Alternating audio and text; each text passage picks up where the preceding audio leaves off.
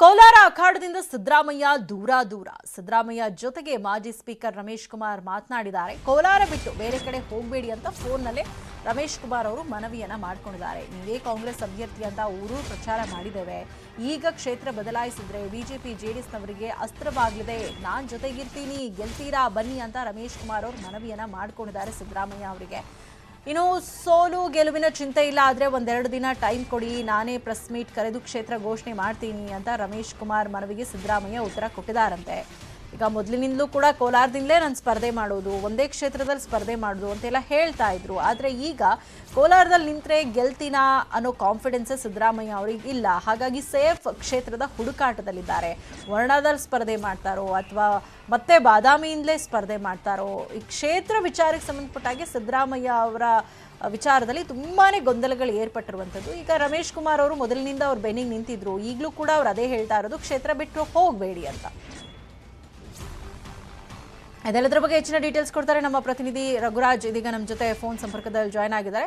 ರಘುರಾಜ್, ರಮೇಶ್ ಕುಮಾರ್ ಅವ್ರ ಮನವಿಯಂತೆ ಈಗ ಊರೂರು ತುಂಬಾ ಪ್ರಚಾರ ಆಗಿದೆ, ಸಿದ್ದರಾಮಯ್ಯ ಅವರು ಕೋಲಾರದಿಂದ ನಿಲ್ತಾರೆ ಅಂತ. ಈ ಸಂದರ್ಭದಲ್ಲಿ ಕ್ಷೇತ್ರ ಬದಲಾವಣೆ ಮಾಡಿದ್ರೆ ಸಹಜವಾಗಿ ಕಾಂಗ್ರೆಸ್ಗೆ ಅದು ದೊಡ್ಡ ಮಟ್ಟದಲ್ಲಿ ಹೊಡೆತ ಆಗುತ್ತೆ. ಆದ್ರೆ ಈಗ ಕೋಲಾರದಲ್ಲೇ ಸಿದ್ದರಾಮಯ್ಯ ಅವರ ವಿರುದ್ಧ ಷಡ್ಯಂತ್ರ ನಡೀತಾ ಇದೆ ಅನ್ನುವಂಥ ವಿಚಾರ ಕೂಡ ದೊಡ್ಡ ಮಟ್ಟದಲ್ಲಿ ಸುದ್ದಿ ಆಗ್ತಾ ಇರುವಂತದ್ದು. ಹಾಗಾಗಿ ಏನ್ ಡೆವಲಪ್ಮೆಂಟ್ಸ್ ಅಲ್ಲಿ ಸೌಮ್ಯ, ದಿನದಿಂದ ದಿನಕ್ಕೆ ಏನೊಂದು ಕುತೂಹಲ ಹೆಚ್ಚಾಗ್ತಾ ಇರುವಂತದ್ದು, ಸಿದ್ದರಾಮಯ್ಯನವರು ಯಾವ ಕ್ಷೇತ್ರದಲ್ಲಿ ಸ್ಪರ್ಧೆ ಮಾಡ್ತಾರೆ ಅಂತಾನೆ ಇನ್ನು ಕೂಡ ಅದು ನಿಗೂಢವಾಗಿರುವಂತದ್ದು. ಆದ್ರೆ ಈಗ ಕೋಲಾರದಲ್ಲಿ ಸಿದ್ದರಾಮಯ್ಯ ನಿಲ್ತಾರ ಅಂತಕ್ಕಂಥ ಒಂದು ಮಾತು ಕೂಡ ಈಗ ಮತ್ತೊಮ್ಮೆ ಮುನ್ನೆಲೆಗೆ ಬಂದಿರುವಂತದ್ದು.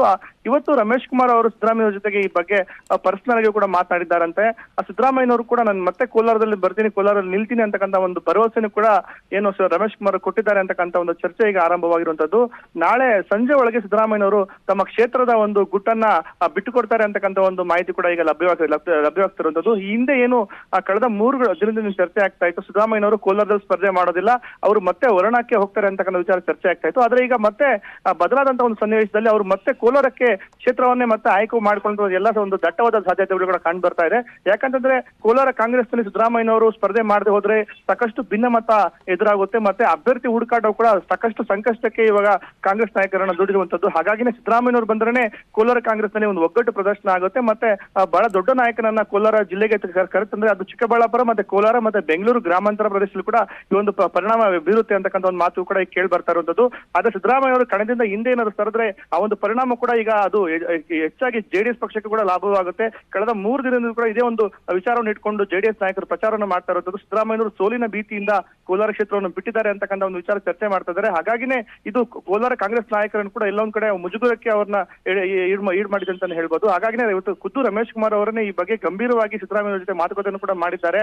ಸಿದ್ದರಾಮಯ್ಯವರು ಕೂಡ ಭರವಸೆ ಕೊಟ್ಟಿದ್ದಾರಂತೆ, ನಾನು ಖಂಡಿತ ಕೋಲಾರ ಕ್ಷೇತ್ರವನ್ನ ಆಯ್ಕೆ ಮಾಡ್ಕೊಳ್ತೀನಿ ಅಂತಕ್ಕಂಥ ಒಂದು ಮಾತನ್ನು ಕೂಡ ಕೋಲಾರ ಕಾಂಗ್ರೆಸ್ ನಾಯಕರು ಕೊಟ್ಟಿರೋದ್ರಿಂದ ನಾಳೆ ಒಂದು ದಿವಸ ಮಾತ್ರ ಕೋಲಾರ ಕಾಂಗ್ರೆಸ್ ನಾಯಕರು ಸಿದ್ದರಾಮಯ್ಯ ನಿರ್ಧಾರಕ್ಕಾಗಿ ಕಾದು ಕುಳಿತಿರ್ತಾರೆ. ಒಮ್ಮೆ ಅಕಸ್ಮಾತ್ ಏನಾದ್ರು ಸಿದ್ದರಾಮಯ್ಯನವರು ಕೋಲಾರ ಕ್ಷೇತ್ರ ಬಿಟ್ಟು ಬೇರೆ ಕ್ಷೇತ್ರ ಆಯ್ಕೆ ಮಾಡ್ಕೊಂಡ ನಂತರವೂ ಕೂಡ ಸಿದ್ದರಾಮಯ್ಯನವ್ರನ್ನ ಹೇಗಾದ್ರೂ ಮಾಡಿ ಹೈಕಮಾಂಡ್ ಒಂದು ಮನವೊಲಿಕೆ ಮಾಡುವಂತ ಕೂಡ ಒಂದು ಯತ್ನ ನಡೆಯುತ್ತೆ. ಅಂದ್ರೆ 2 ದಿನ ಬಿಟ್ಟು ದೆಹಲಿಗೆ ಕೂಡ ನಿಯೋಗ ಹೋಗ್ಲಿಕ್ಕೂ ಕೂಡ ಈಗಾಗಲೇ ನಾಯಕರು ಸಿದ್ಧ ಮಾಡ್ಕೊಂಡಿರುವಂತದ್ದು. ಈ ಬಗ್ಗೆ ಸಿದ್ದರಾಮಯ್ಯನವರು ಕೂಡ ಮಾಹಿತಿ ಕೂಡ ಹೋಗಿರುವಂತದ್ದು. ಆದ್ರೆ ಯಾವುದೇ ರೀತಿಯಾದಂತಹ ತಾವು ದೆಹಲಿಗೆ ಭೇಟಿಯನ್ನು ಕೊಡಬೇಡಿ, ದೆಹಲಿಗೆ ನಿಯೋಗವನ್ನು ಕೂಡ ಹೋಗ್ಬೇಡಿ ಅಂತಕ್ಕಂಥ ಸಲಹೆಯನ್ನು ಕೂಡ ಸಿದ್ದರಾಮಯ್ಯನವರು ರಮೇಶ್ ಕುಮಾರ್ಗೆ ಕೊಟ್ಟಿದ್ದಾರೆ ಅನ್ನೋದು ಹೇಳಲಾಗ್ತಾ ಇದೆ. ಸೌಮ್ಯ, ಥ್ಯಾಂಕ್ ಯು ರಘುರಾಜ್ ತಮ್ಮೆಲ್ಲ ಇನ್ಫಾರ್ಮೇಶನ್ಗೆ.